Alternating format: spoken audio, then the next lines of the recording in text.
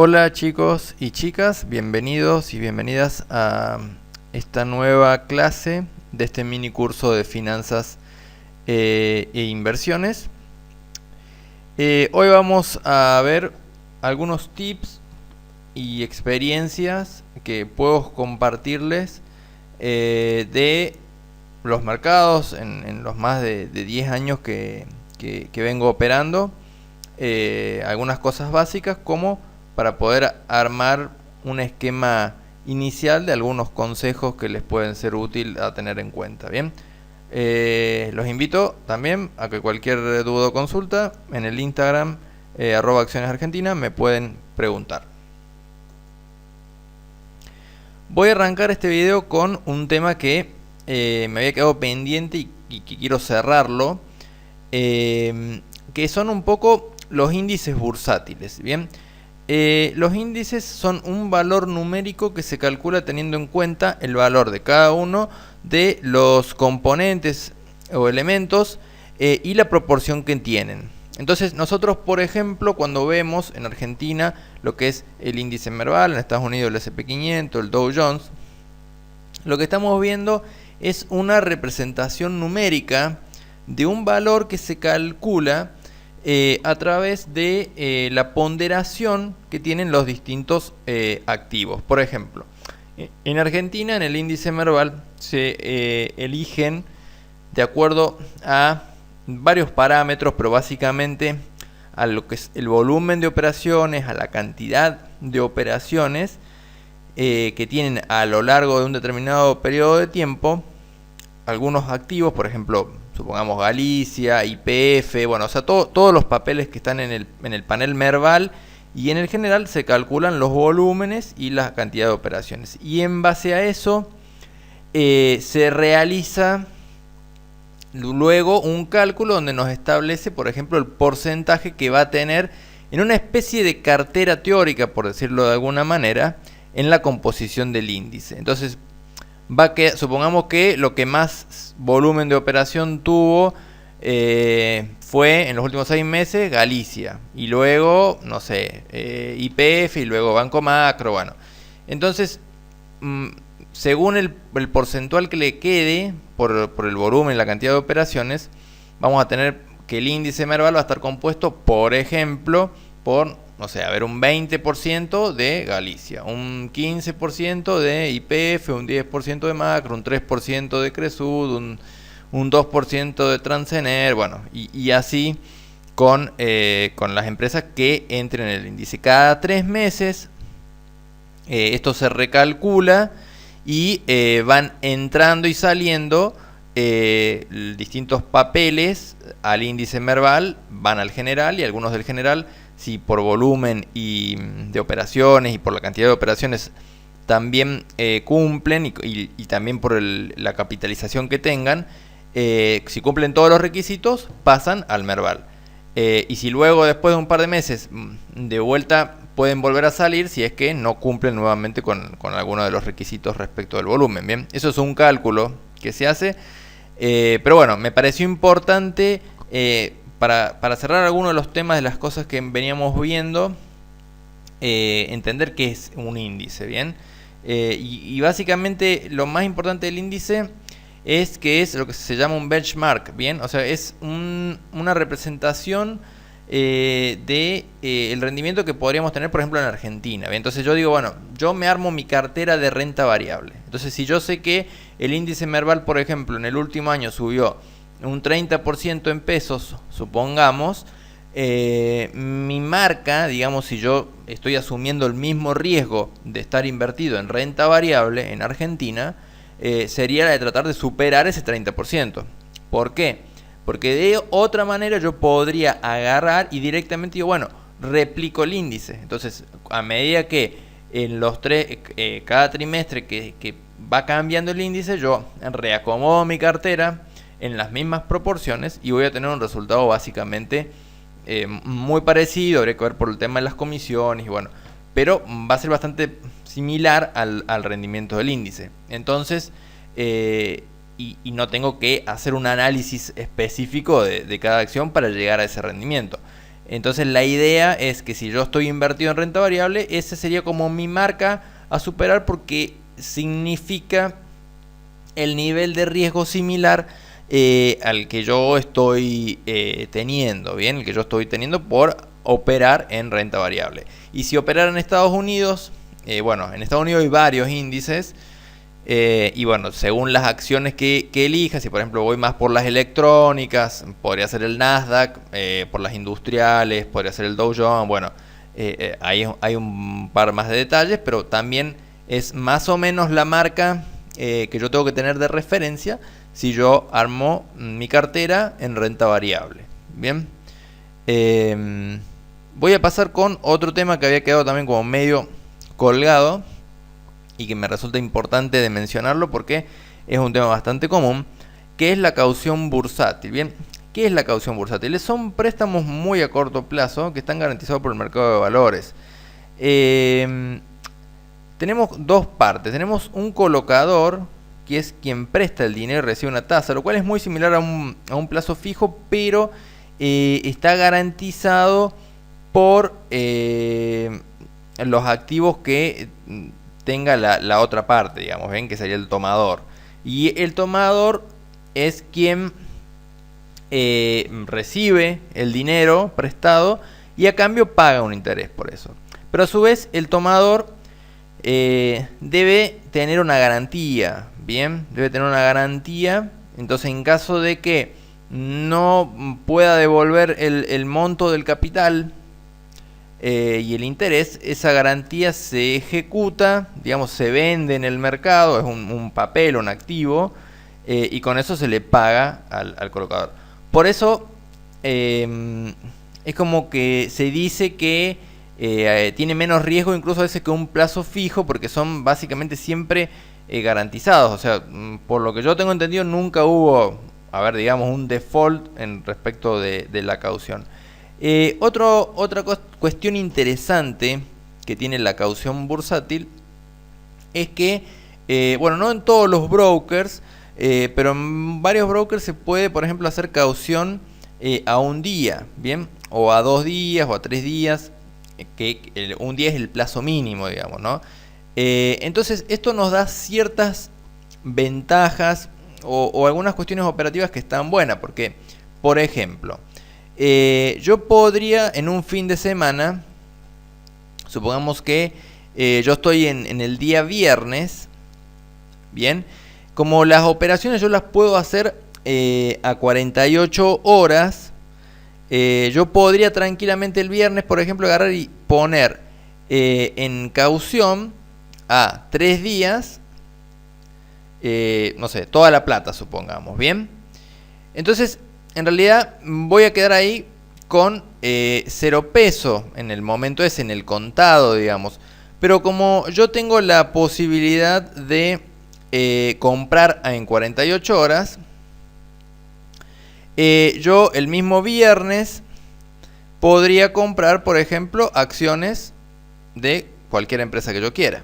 Bien, ¿por qué lo voy a estar, digamos, pagando recién en 48 horas? Entonces voy a recibir 3 días de interés, que está bien, no es mucho, va a depender de cuál sea la tasa de interés que esté en el mercado en ese momento, pero bueno, es una pequeña estrategia, digamos, o más que estrategia, una posibilidad que nos permiten las cauciones bursátiles de hacer una pequeña diferencia. Incluso si fuera un fin de semana largo, que a veces son 5 días, esto también lo puedes replicar y vas a poder volver a disponer del dinero el día lunes, el martes, el miércoles, según cuando sea el vencimiento. Bien, entonces es un instrumento interesante, es de bajo riesgo, es conservador, tenés buena liquidez, lo podés hacer a última hora del día inclusive. Lo que sí tenés que tener en cuenta es que es parecido a la compra y venta de una acción, por ejemplo. O sea, cuando vos vas a generar la orden de la tasa de caución, vos vas a tener, de la tasa de caución, no, perdón, de la caución, vos vas a tener lo que se llaman puntas. Bien, las puntas se le llama Cuando nosotros vamos a comprar una acción, por ejemplo, nosotros vamos a poner una orden, supongamos, de 1000 acciones X, vamos a suponerle. Bien. Y a un determinado precio, por ejemplo, a, no sé, 5 pesos. Entonces, yo estoy poniendo una orden por 5.000 pesos. Esto significa que para que yo pueda comprar esta acción X, entre comillas, por denominar una cualquiera, para que yo pueda comprarla tiene que haber alguien que venda por lo menos, o sea, si quiero comprar las 1000 tiene que haber alguien que por lo menos venda, no sé, vamos a ver, 1000 acciones también, vamos a poner 2000 para hacer un ejemplo, a 5 pesos. Bien, entonces, esto de acá son las puntas compradoras. Entonces vamos a tener, están ordenadas los brokers que permiten ver las cajas de puntas, las ordenan normalmente con el precio más alto arriba. Entonces si después hay alguien que ofrece 4.80, no se compra 2000 a 4.80, va a estar más abajo. Bien.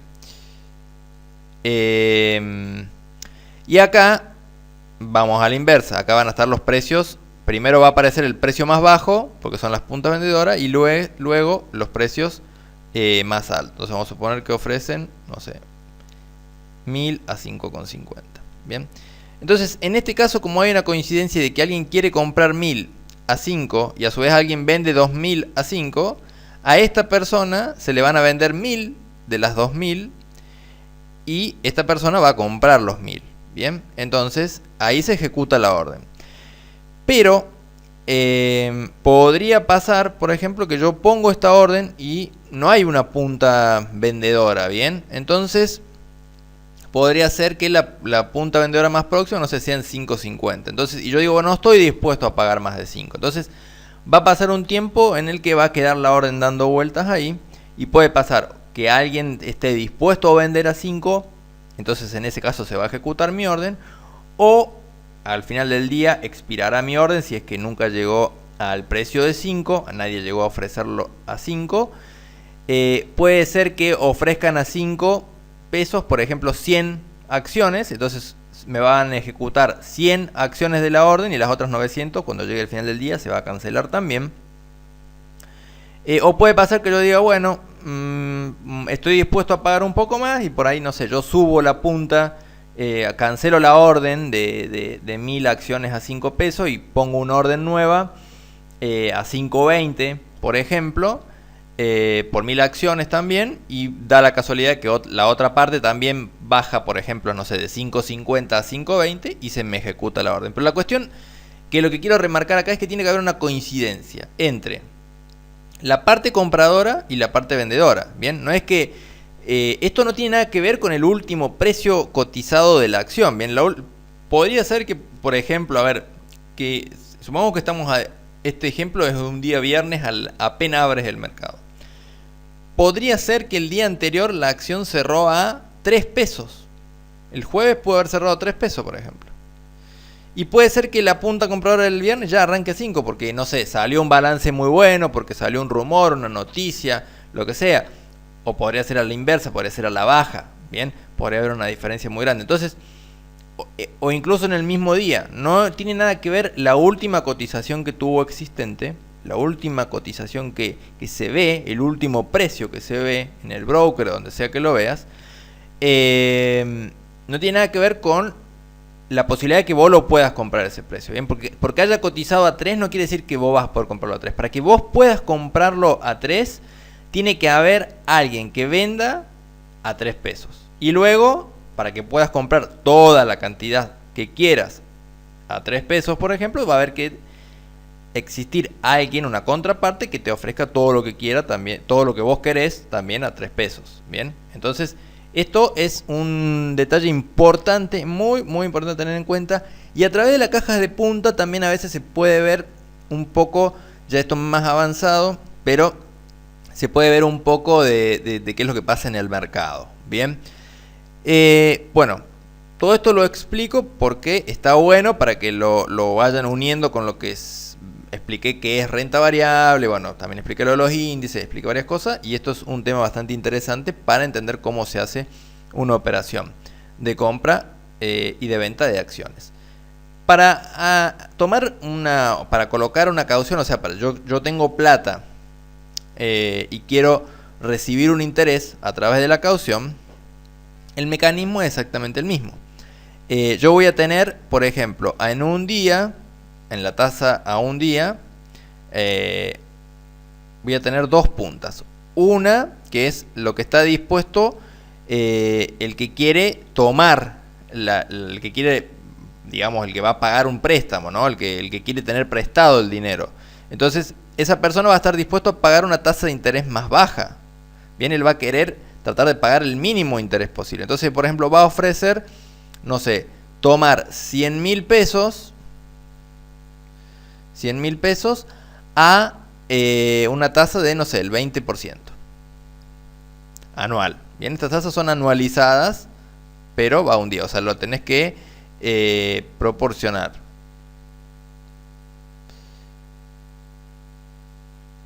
Bien, entonces esta tasa hay que proporcionarla, sería el 20% anual.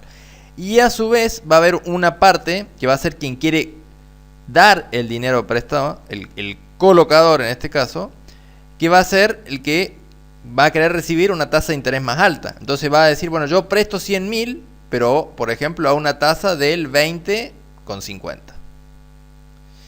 Bien, entonces para que esto se ejecute es lo mismo que con las acciones. Tiene que o la parte tomadora cambiar la punta a 20,50% anual la tasa, o la parte colocadora bajarse al 20%. Entonces tiene que haber una coincidencia y ahí se ejecuta la orden. Y bueno, luego al día, para lo que es el colocador, al día siguiente va a recibir su capital con el interés pactado, y el tomador va a pagarlo con el interés pactado entre ellos. Bien, ese es más o menos el mecanismo. Y bueno, algunas de las alternativas que se pueden manejar con la caución en el caso de tener liquidez, o de un fin de semana largo hacerse unos pesitos más como para pagarse la comisión o lo que sea. Bien, voy a seguir entonces y vamos ya a entrar a más lo que era un poco este video, que quería cerrar algunas experiencias y cuestiones.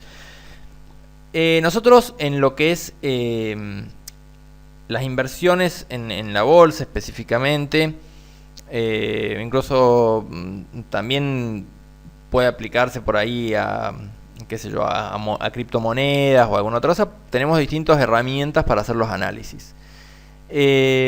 El primero que menciono acá es el análisis técnico, que básicamente es el estudio de la acción del mercado a través de los gráficos. Bien, entonces nosotros vamos a través de distintos conocimientos, lleva todo un proceso largo, donde vamos a conocer soportes, resistencias, tendencias, indicadores, no sé, Elliott, velas japonesas. Bueno, hay realmente una cantidad de herramientas impresionantes. Vamos a ir entendiendo, por ejemplo, un gráfico. Entonces, en un gráfico nosotros vamos a ver cómo se movió la cotización. Y según lo que haya hecho la cotización en el pasado y algunas cuestiones estadísticas, vamos a tratar de poner las probabilidades de nuestro lado. Bien, las probabilidades a favor nuestro. Nosotros vamos a tratar de decir, bueno, en este punto tengo más probabilidad de acertar el movimiento a la alza o a la baja. Entonces, a través del estudio de los gráficos y de algunas premisas que tiene análisis técnico y de, bueno, otras cuestiones más profundas, pero a través de todo este análisis, nosotros con el gráfico vamos a tratar de decir, bueno, en el pasado esto funcionó de determinada manera y calculo una probabilidad y voy a tratar de que esa probabilidad la tenga a mi favor para operar. Luego tenemos lo que es el análisis fundamental, bien, que este es un método en el cual se trata de calcular el valor intrínseco de un activo. Entonces se basa, hay muchos tipos también de análisis fundamental, igual que en el análisis técnico hay muchos indicadores, hay muchas estrategias distintas, hay un montón de corrientes, por decirlo de alguna manera. En el análisis fundamental también las hay, ¿bien? Hay, por ejemplo, quienes empiezan estudiando una empresa y luego se van a la parte macroeconómica. Hay algunos que empiezan desde la parte más macroeconómica posible, bien a nivel mundial, y terminan en el balance de la empresa al último.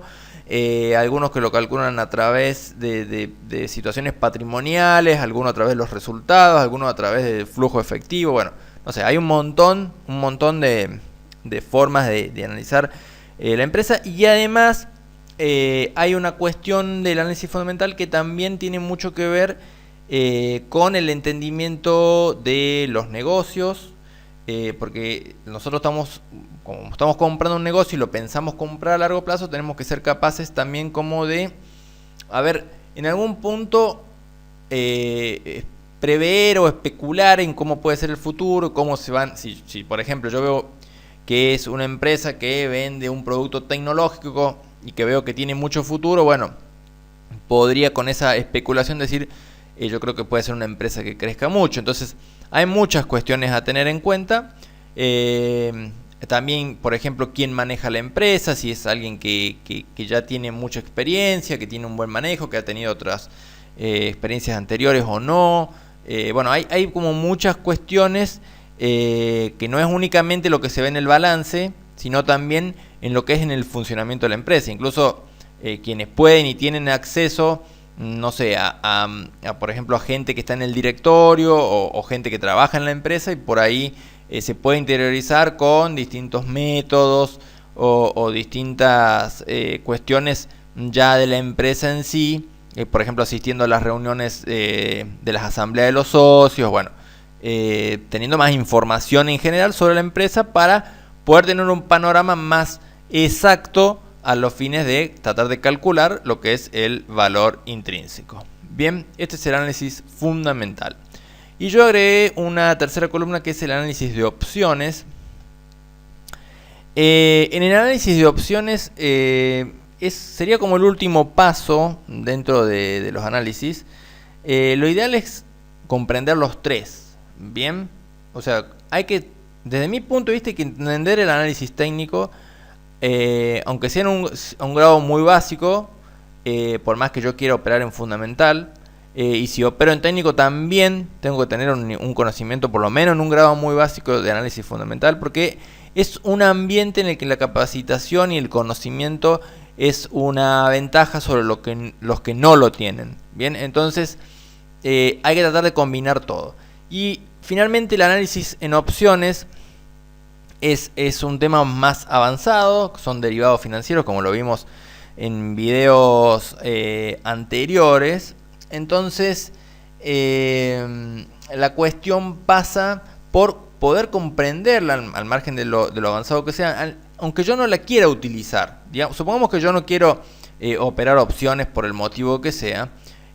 Las opciones a veces me brindan determinada información que es útil, ¿bien?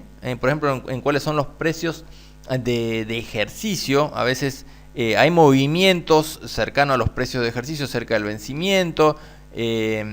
Podemos ver volatilidades.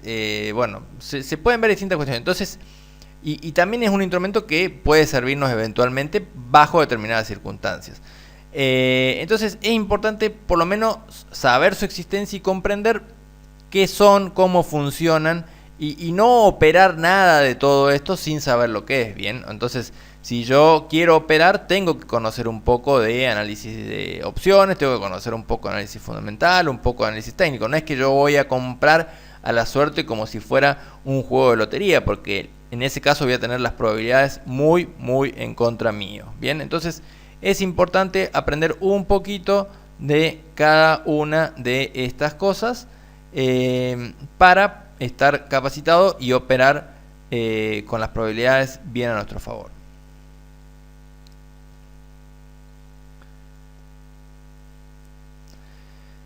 Y un poco con lo que venía diciendo recién es, vamos a las experiencias, a los tips que humildemente trato de transmitirles después de muchos años en el mercado, después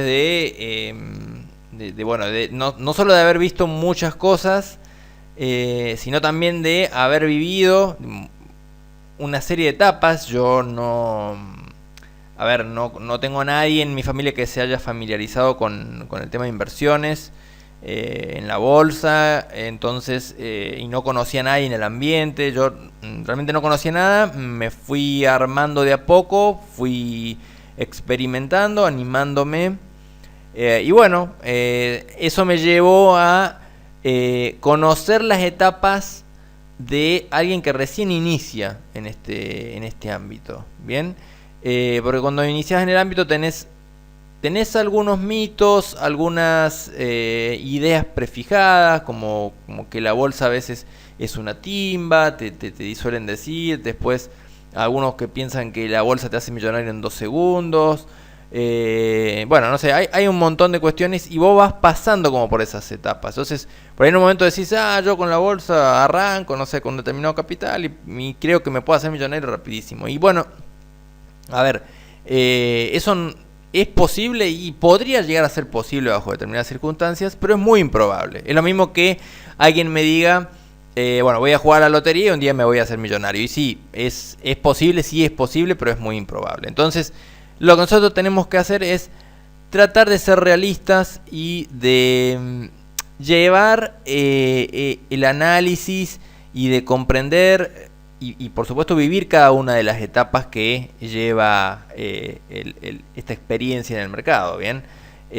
Yo trato desde acá de, no sé, alivianar un poco algunas de estas cosas comentando mi experiencia, pero hay veces que la única forma realmente es viviéndolas. Entonces, mis consejos o mis experiencias son que es muy importante estudiar en profundidad los distintos conceptos y análisis del mercado. Un poco lo que decía recién.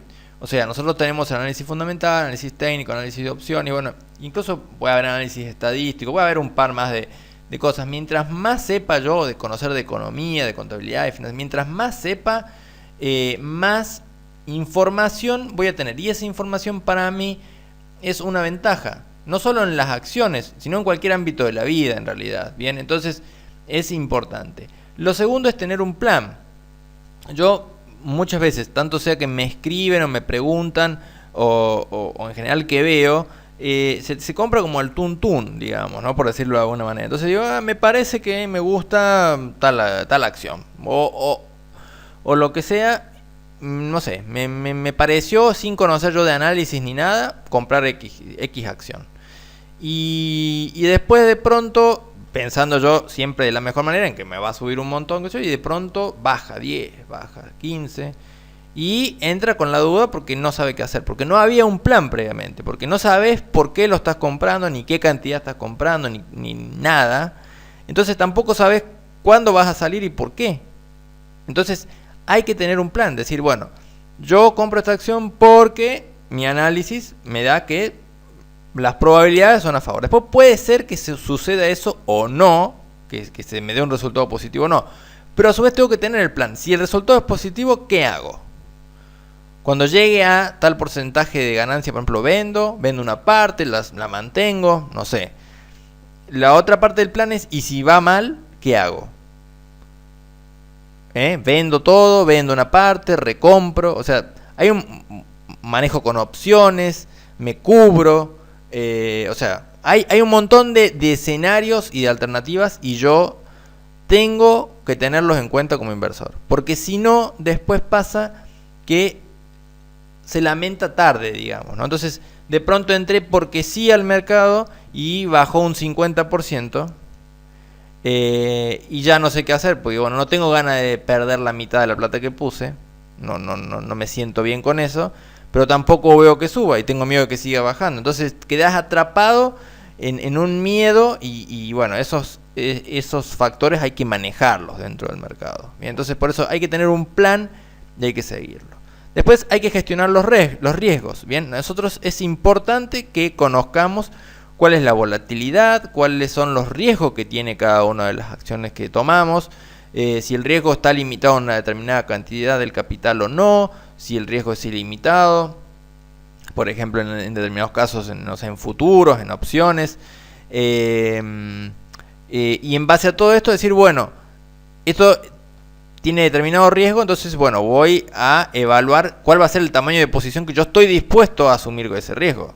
No, o sea, no voy a asumir con todo mi capital un riesgo muy grande, se supone, ¿bien? Yo tengo que ser capaz de decir, esto es muy riesgoso, bueno, entonces voy a limitar un poco este riesgo, con menos exposición de capital, por ejemplo.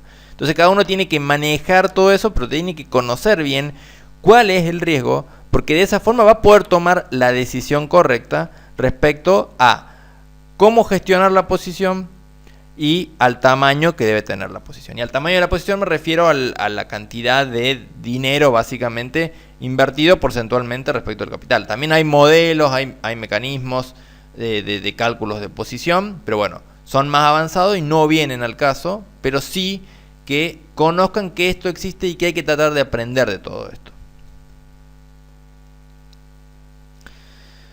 Otros tips que me parecen interesantes y que también a veces me preguntan es el tema de invertir con qué plata, ¿no? Y la idea siempre es que cuando inviertan sea con ahorros, con plata que sepan que no van a utilizar en un determinado plazo de tiempo. Bien, pedir un préstamo para invertir, por ejemplo, es una idea pésima. Bien, no hay que tomar deuda para realizar inversiones, menos si sos una persona que recién empieza. Bien, invertir es con los ahorros. ¿Se puede tomar deuda para invertir? Bueno, sí, en realidad. O sea, es un poco lo que hablaba en las cauciones. Ahí está la relación. O sea, el que es tomador de la caución normalmente se apalanca, es decir, que pide un préstamo para poder comprar más acciones, por ejemplo, de lo que él tiene en su plata. Entonces, si la acción sube, la ganancia va a ser potencialmente más grande, porque va a estar invirtiendo con más plata de la que realmente tiene. Pero si baja, la pérdida también va a ser mucho más grande, porque está invirtiendo con plata que no tiene. Entonces, ¿se puede utilizar la deuda para inversiones? Bueno, si sos un inversor profesional, si sabes bien lo que estás haciendo, bueno, podés apalancar. O sea, el mecanismo existe. Pero si nunca invertiste y todo lo que vas a hacer es tomar deuda únicamente para realizar una inversión y encima recién estás empezando, normalmente eso es una mala idea. Bien, hay que tratar de utilizar fondos que sepas que no vas a utilizar durante un determinado periodo de tiempo. Entonces, si es una cantidad de dinero que decís, yo de acá a 1 o 2 años no lo voy a utilizar, en ese caso puedo decidir invertirlos y punto. Bien. Otro punto interesante es no sobreoperar. Bien, no sobreoperar. ¿Qué quiero decir con esto? Es muy típico que en los inversores que recién empiezan y quizás no tanto, digan, bueno, pasó un día, no entré en ninguna operación, pasó 2 días y no entré en ninguna operación, o la otra típica es por ahí decir, che, cómo vienen subiendo varios activos y yo no los vi y bueno, no sé qué hacer ahora, bueno, lo voy a comprar porque viene subiendo. No. Hay que tener esto va de vuelta con lo del plan, bien, hay que tener una estrategia, hay que tener un sistema, una estrategia y seguirlo, bien, a rajatabla. O sea, yo compro sí tal cosa, donde yo ya calculé previamente mi probabilidad, ya conozco mis escenarios positivos y negativos.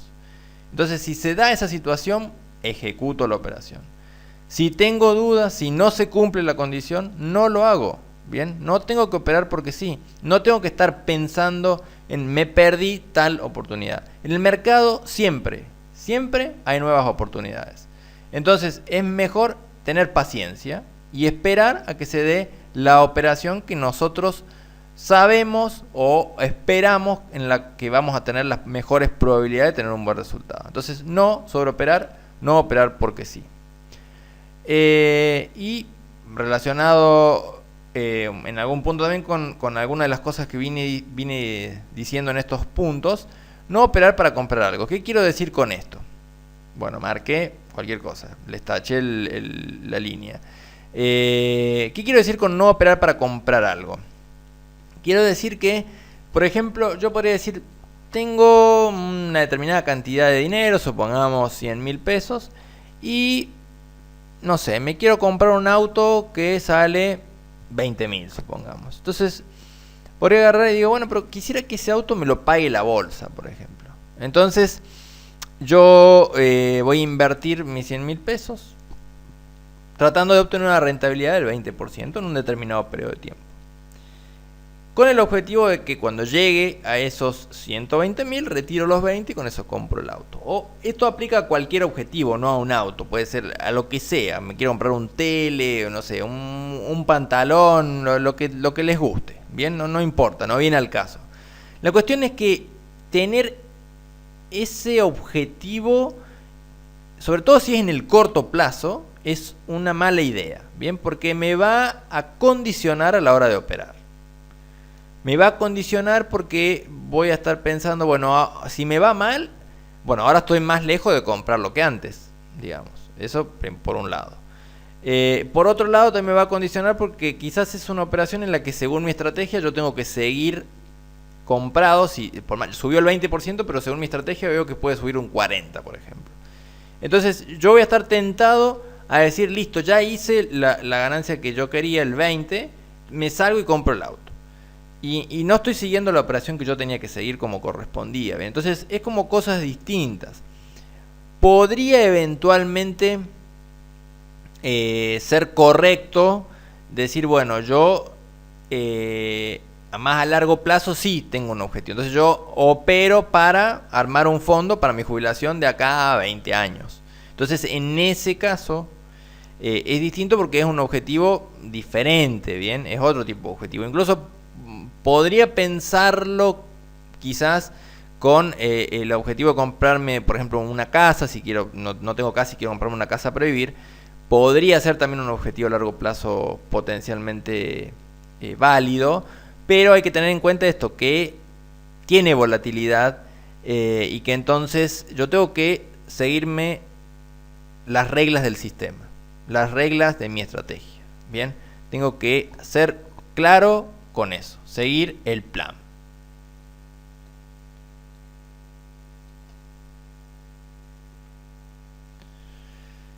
Otras de las cuestiones que he vivido un poco es la cuestión de análisis de otras personas. Bien,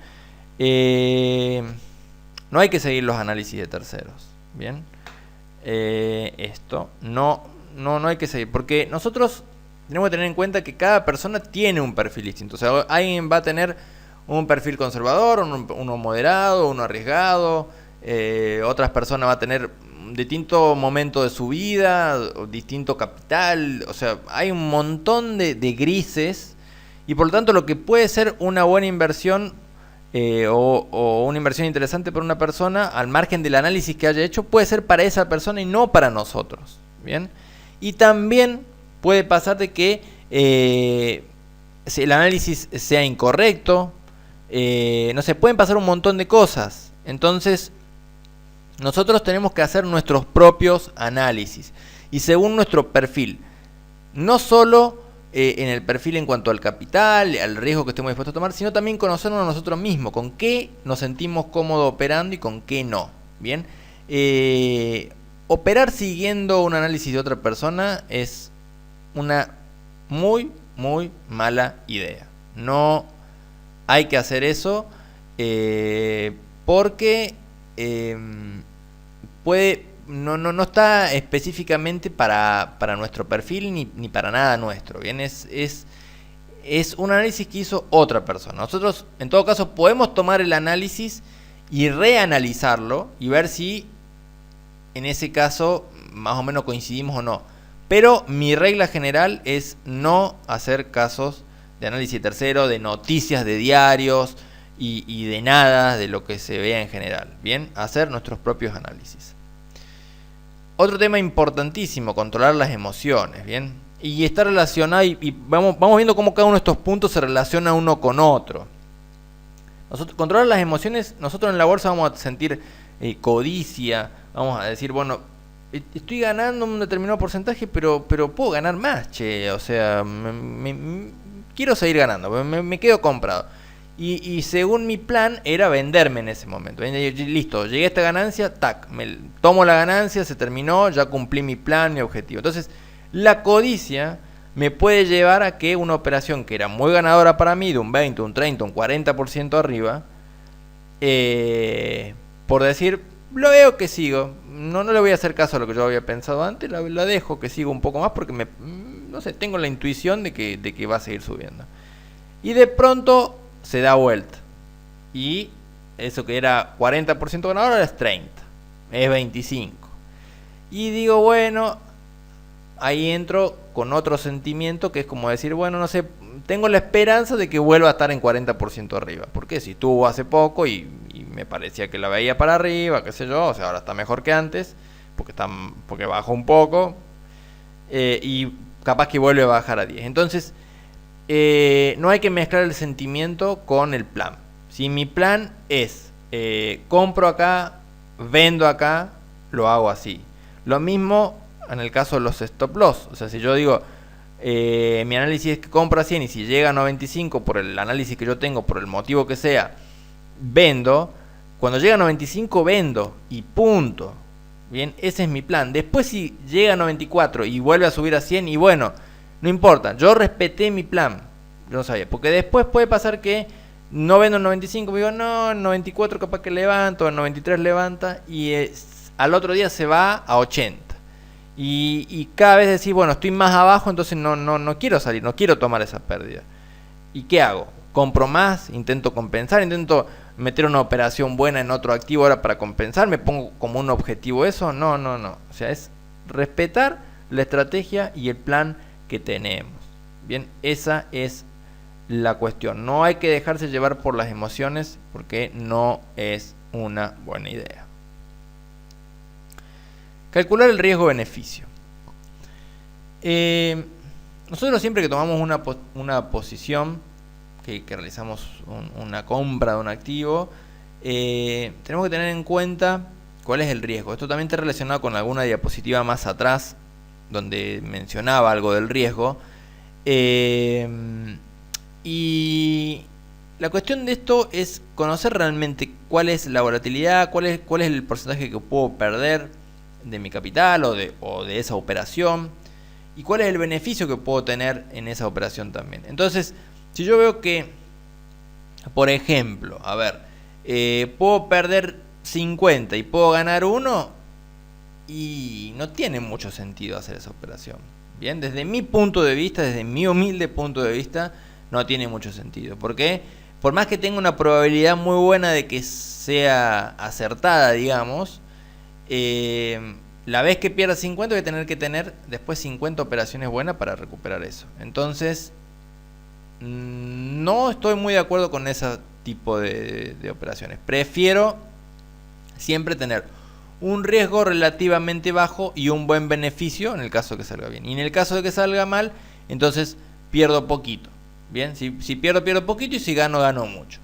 Entonces, esto va dentro de un plan general de inversión donde yo voy a tener que tener en cuenta cuánto es la caída máxima de mi drawdown que estoy dispuesto a sostener. Va a tener que tener en cuenta un montón de cosas, mi nivel de diversificación, mi perfil de riesgo. Son un montón de cuestiones a tener en cuenta a la hora de armar una cartera, de armar todo el esquema de compra y de venta de activos. Por eso no es para tomarlo a la ligera. Bien, lleva todo un análisis, lleva un estudio, no es todo mágico, no es todo lindo, es un trabajo más. Y si realmente te gusta y te apasiona este mundo, como me pasa a mí, le pasa a un montón más de operadores, realmente es un trabajo que lo disfrutás. Bien, te gusta analizar, te gusta operar, pero tenés que hacerlo de una manera correcta, bien, teniendo un plan y siguiendo un poco todo lo que aprendiendo y capacitándose y tratando de seguir todos los aspectos y las etapas que vas desarrollando a través de la vida de un operador. Bien, esa es la realidad. No quiero mentirles, no quiero decirle sí, listo, acá pones la plata y te haces millonario. No es así, es un ambiente especulativo al máximo, donde cada centavo vale, y nosotros tenemos que tener un plan y un conocimiento acorde a nuestro perfil, a nuestros objetivos, a nuestros conocimientos. Bien, tenemos que estar a la altura de las circunstancias.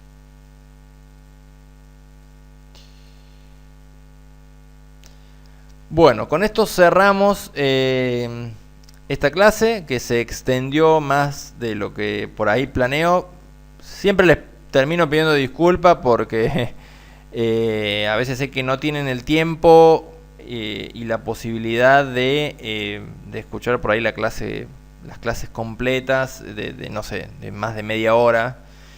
Pero bueno, lamentablemente siento que tengo cosas por transmitirles, porque las anoto, ni siquiera hago un guión de esto. O sea, digamos, yo veo la diapositiva y empiezo a hablar de acuerdo a las cosas que me voy acordando y las experiencias que voy teniendo, y por ahí incluso siento que me quedo corto, en que les puedo dar alguna cosa más, pero no puedo extenderme tanto tampoco, porque bueno, sé que cada uno tiene su tiempo limitado. Así que bueno, disculpas por la extensión un poco más de este video. Espero realmente que les haya sido útil. Y bueno, los invito como siempre a que, si tienen alguna duda, alguna pregunta, una consulta, me escriben en Instagram o en Facebook, @accionesargentina. En Facebook es Acciones Argentinas, en Twitter @acarg. Se pueden suscribir al canal de YouTube para ver los videos nuevos que voy subiendo. Bueno, así que cualquier duda o consulta me escriben por cualquiera de todas las redes sociales. Bien, bueno, muchísimas gracias y espero realmente que esto les sea útil y les dé un valor importante para poder iniciarse en el mundo de las inversiones.